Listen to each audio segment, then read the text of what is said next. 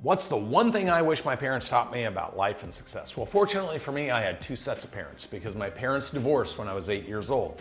I had a mother who was inspired to go out and build something. She was a nurse.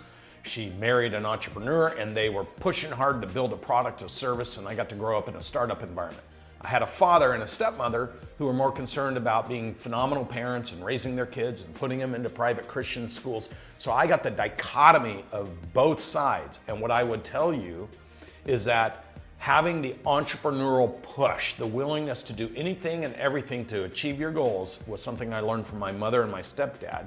And having the foundational be there and love your family and support them and push your kids to be the best version, I got that from my dad and my stepmom.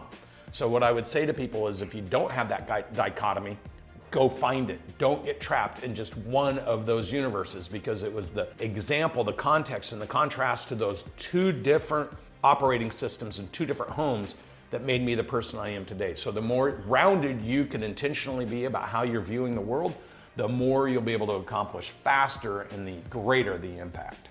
The first business lesson I learned was actually when I was 17 years old and I got grounded to pick up walnuts because I was sneaking away to see my girlfriend.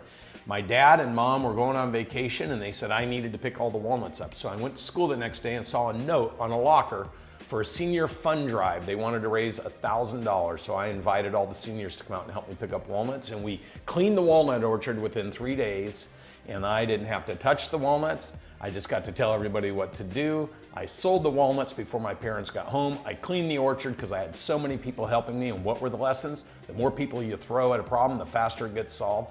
Price is only an issue in the absence of value. The value was the parents helping their kids for their senior class.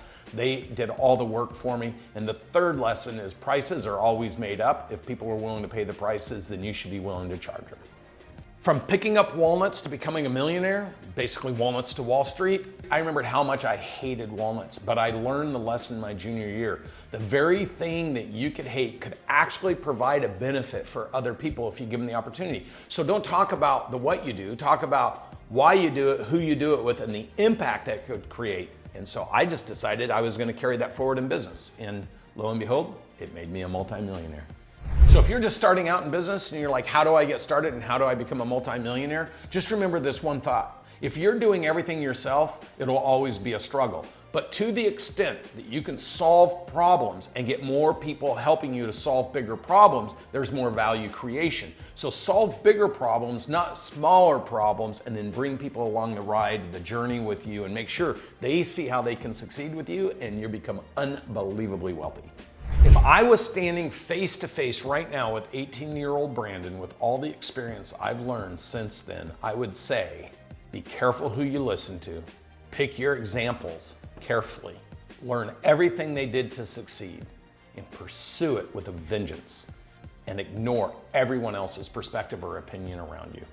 It gets really simple. The small to mid-sized business space, there's 31.5 million businesses in that space in the United States. 97% of those business owners will fail every 10 years.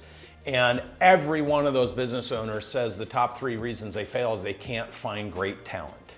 Well, if you were to ask me, as somebody starting out, what should I do to create massive value in my life? I would tell you this: learn remarkable sales skills. Become an expert communicator. Learn how to use your communication skills to influence others to make a decision.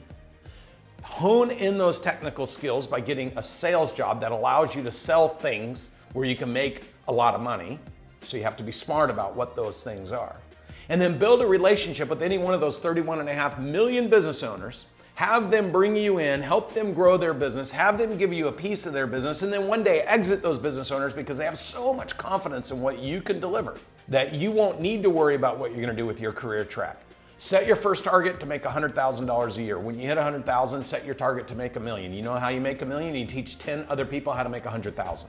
That business owner will bring you in, you drive sales, then you teach 10 others how to do exactly what you did, and then you get an override off all 10 of those people.